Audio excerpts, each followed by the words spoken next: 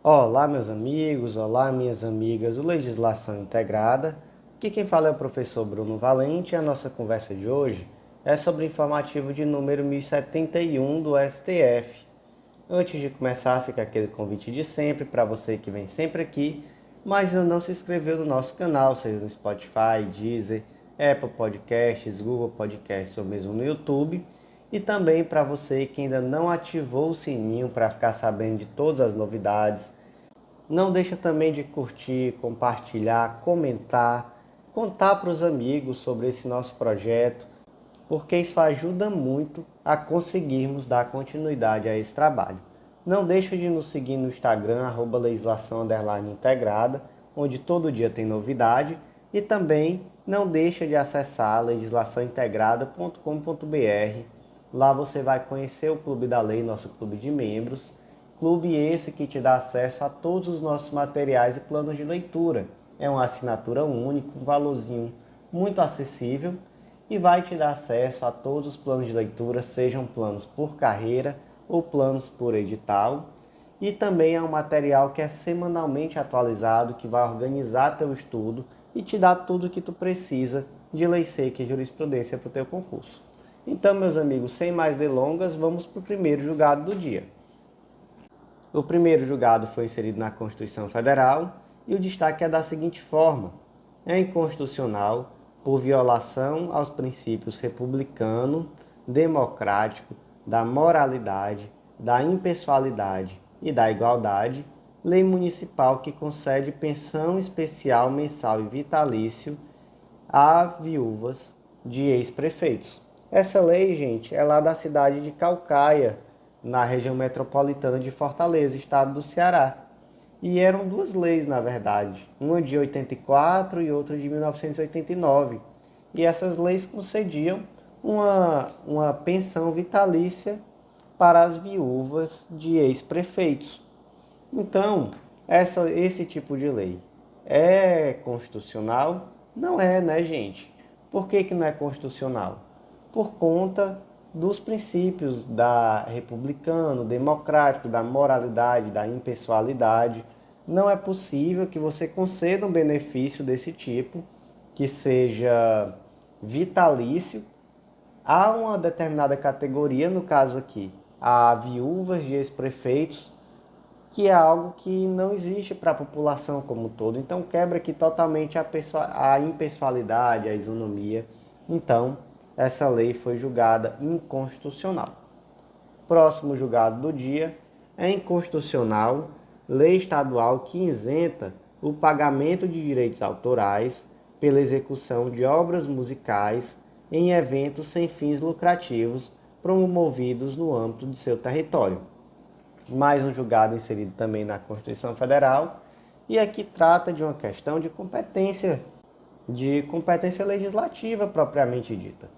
Porque lá no artigo 22, inciso 1 da Constituição Federal, diz que compete privativamente à União legislar sobre direito civil. E a legislação que trata sobre direitos autorais é uma legislação de direito civil.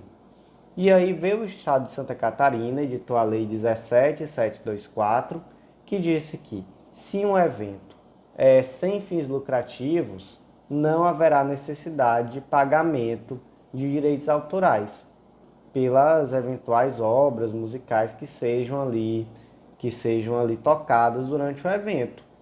Esse tipo de lei é constitucional? Não, gente, não é. Em primeiro lugar, por isso, né, por uma questão formal, caberia à União legislar sobre esse tipo de assunto. E, além disso, o STF trouxe aqui dois argumentos. Primeiro, que a lei interfere no funcionamento da ECAD. A ECAD é o Escritório Central de Arrecadação e Distribuições, que é uma associação civil que exerce com exclusividade a arrecadação e a distribuição de direitos autorais. Então, se trata ali de uma associação de âmbito nacional que realiza essa arrecadação e distribuição dos direitos autorais decorrentes da execução de obras musicais em todo o território nacional. E, além disso, essa lei priva do proveito econômico os autores, que aí eles, naturalmente, né, eles têm também um direito que é inclusive fundamental de dispor de suas produções e de obter proveito econômico financeiro. Então não poderia uma legislação estadual trazer esse tipo de situação, trazer situações em que o autor da música não vai poder obter o proveito econômico que lhe é devido. Então temos aqui uma inconstitucionalidade, tanto formal, já que caberia privativamente à União legislar sobre esse tipo de matéria, quanto também material. E aqui, essa inconstitucionalidade material, nós vamos ver aqui pelo menos dois âmbitos. O primeiro de todos, que é até o mais evidente, é a questão do direito do autor de ter o proveito econômico da sua obra, e o segundo é a questão de que essa lei ela vai interferir no funcionamento da ECAD, Escritório Central de Arrecadação e Distribuição, que é uma associação que tem uma atuação nacional no sentido de arrecadar e distribuir os direitos autorais decorrentes de obras musicais. Próximo julgado do dia, inserido na Constituição Federal, destaque da seguinte forma: não afronta o fato gerador do IPVA e nem altera o sujeito passivo da obrigação tributária a isenção relativa aos veículos adquiridos por meio de arrendamento mercantil, famoso leasing, e usados no transporte individual de passageiros, na categoria aluguel, prestados por permissionários, no caso taxistas. Gente, vamos aqui contextualizar. Em primeiro lugar, a gente está tratando aqui de IPVA. O que é o IPVA? O IPVA é o Imposto sobre Propriedade de Veículos Automotores e ele é instituído exatamente em virtude da propriedade de um veículo. No caso aqui, um carro, uma moto e etc. Lá no artigo 155, parágrafo 6º, inciso 2 da Constituição Federal, existe a previsão de que o IPVA pode ter alíquota diferenciada em virtude da função ou do tipo de utilização. Então, são muito comuns algumas hipóteses, inclusive, de dispensa do IPVA. Então, a mais comum de todas talvez seja a de taxistas.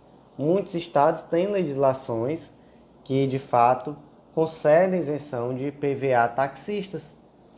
E aí, nesse caso concreto aqui, foi uma lei do Rio Grande do Sul, ela estendeu essa isenção de IPVA não só aos táxis, que eram de propriedade do taxista, mas também aqueles veículos que foram adquiridos através de leasing. O que é o leasing? O leasing ele também pode ser chamado de locação financeira ou de arrendamento mercantil.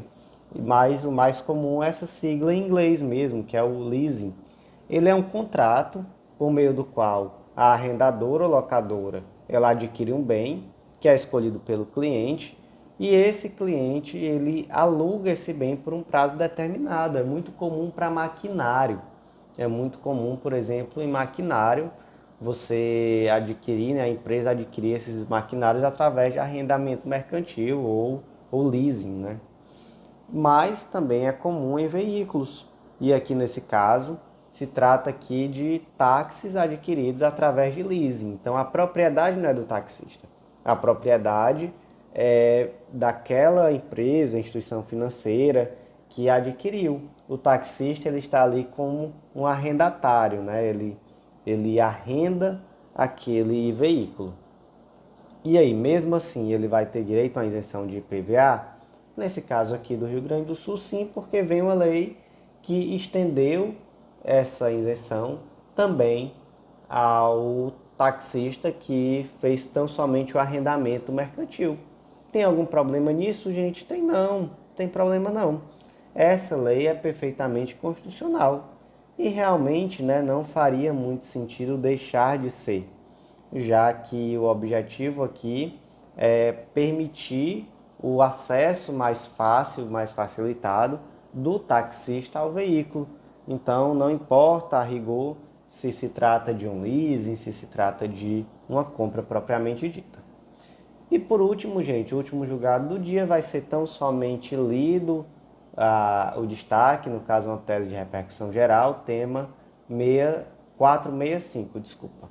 A portaria número 931 de 2005 do Ministério da Defesa, que alterou a fórmula do cálculo do auxílio invalidez para os servidores militares está em harmonia com os princípios da legalidade e da irredutibilidade de vencimentos.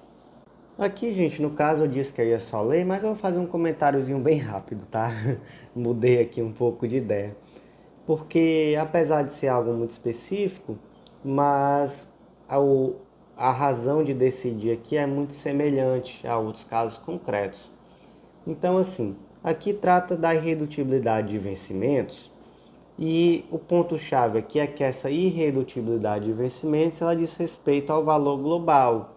Então, a simples modificação da fórmula de cálculo do auxílio-invalidez, no caso aqui dos servidores militares, ela não vai inferir, ela não vai trazer uma redutibilidade de vencimentos. Então, não há aqui uma ilegalidade ou mesmo uma inconstitucionalidade. Da mesma forma, gente, a gente pode pensar em situações em que há um novo imposto, por exemplo, que vai incidir sobre a remuneração, ou um aumento de carga tributária a incidir sobre a remuneração. Da mesma forma, nesses casos, não há um direito adquirido, a questão da irredutibilidade salarial, ela não abarca essas situações. Então, se há um novo imposto, se há um aumento de alíquota, da mesma forma, o indivíduo na prática ele vai receber menos no final, mas isso não significa uma redutibilidade salarial nos termos em que é vedado. Então, gente, por hoje foi isso. Eu agradeço muito a você que ouviu até o final. Fica aquele convite, né, que eu já fiz no começo, para você não deixar de acessar legislaçãointegrada.com.br, conhecer nosso Clube da Lei, e não deixa também de nos acompanhar no nosso próximo podcast e nos próximos que virão. Até a próxima, um grande abraço.